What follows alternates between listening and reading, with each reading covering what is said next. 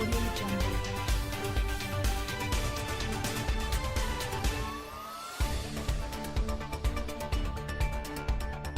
Royal commentators have noted some interesting similarities between Meghan Markle and Prince Andrew's former partner Sarah Ferguson, known as Fergie, which hint that Meghan's impact on the royal family has not been as unusual as it perhaps appears. Fergie joined the royal family in 1986, when she married the Duke of York at a ceremony held in Westminster Abbey, but has since been divorced from the prince for more than 25 years. Former actress Meghan joined the firm 32 years later after marrying Prince Harry. The couple have since stepped back as senior royals and are forging a new future in the U.S. Now, new Channel 5 documentary, Fergie and Meghan, Inconvenient Royals, has delved into some of the similarities that have made the pair such revolutionary figures.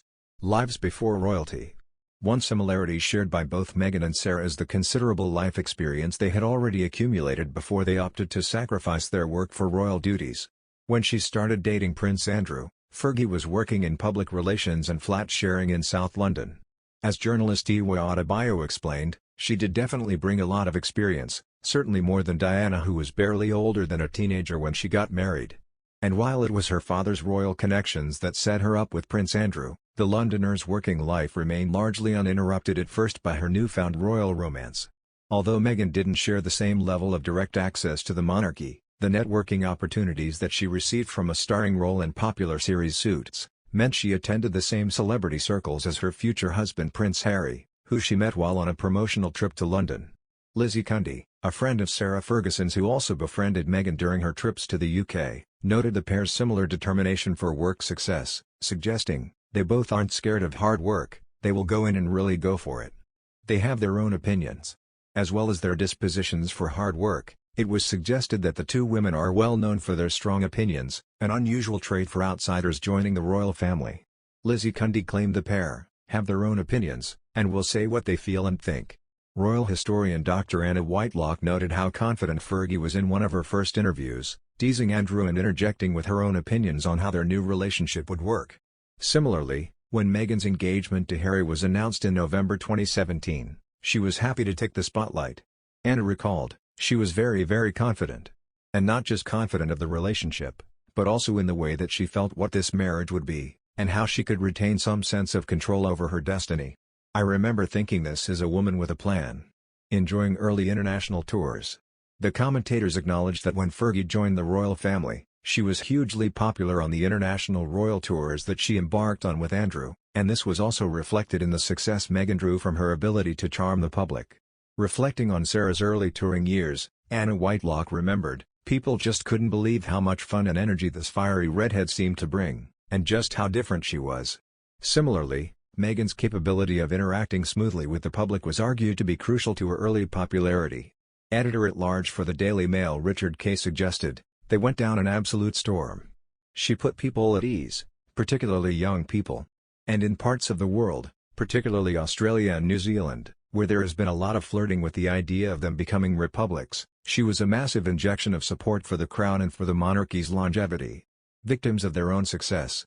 While the excitement both women brought to their roles as royals was initially well received, the commentators suggested that both Meghan and Fergie fell victim to these characteristics being turned against them. Journalist Iwa Adebayo noted that for Fergie, the very qualities of independence, of outspokenness that were enjoyed by the press before were the reason that they began to turn on her. Indeed, Richard Kay suggested that people began to wonder whether Fergie was respecting the decorum of being a royal duchess on tour of America. He continued, "They started nitpicking about her appearance. Fergie was unfortunately criticized for the fluctuating of her weight. It was acknowledged that Meghan has not managed to avoid similar forms of criticism either." D was suggested, very tiny things about Meghan's appearance seemed to stir up huge reactions in the British press. Sister-in-law rivalry. When Meghan and Fergie married their partners, the commentators noted that they both needed to develop relationships with other women who had already joined the royal family. Dr. Anna Whitelock claimed, "Fergie and Meghan are marked by the fact that they are both always going to be compared to their sister-in-law." It was suggested that just as Fergie struggled with critical comparisons to Princess Diana, Meghan became unstuck by being set against Prince William's wife Kate Middleton. Richard Kay noted that questions began to emerge around the real relationship between the pair. But, he claimed, the truth was, they really had very little in common, except that they'd married two brothers. and the obviousness of the two women's differences became apparent, according to Anna Whitelock. She suggested, whereas Kate used to be seen as really plain and boring, suddenly she is seen as very dutiful and very committed, and Meghan in fact is seen as much more of a disruptor. The documentary's contributors were quick to spot the parallels with Fergie that had taken place 20 years earlier. Sarah's friend Lizzie Cundy noted, "Sarah always said it was very tough being next to Diana, because Princess Diana looked like a supermodel, did it with such charm, such grace, could just waltz into a room, whereas Sarah said, I was a bit of a calamity." Revealing Oprah Winfrey interviews. When Meghan and Harry sat down with Oprah Winfrey in March 2021, it seemed an unprecedented move. However, commentators have been quick to note the similarities with Fergie's decision to do the same some 25 years earlier.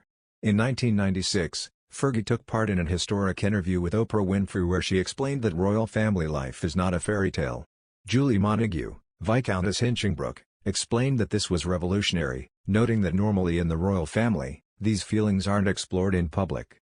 She claimed, "You don't share your feelings, you don't share your hurt, or your pain or any difficulty that you're going through. You just carry on." But Meghan also went on to do just that 25 years later when she and her husband sat down with the famous U.S. host in March 2021, and revealed the impact the royal lifestyle had had on her mental health. Journalist Tiwa Adebayo agreed that the similarities were striking, claiming, "I think these interviews really were a moment of taking back control and reframing the narrative. Looking to the U.S. for a new life." Following their Oprah interviews, both Fergie and Meghan attempted to reinvent themselves by exploiting opportunities in the U.S. Richard Kay noted that by appearing in adverts and exploiting commercial opportunities, Fergie made a new name for herself in America.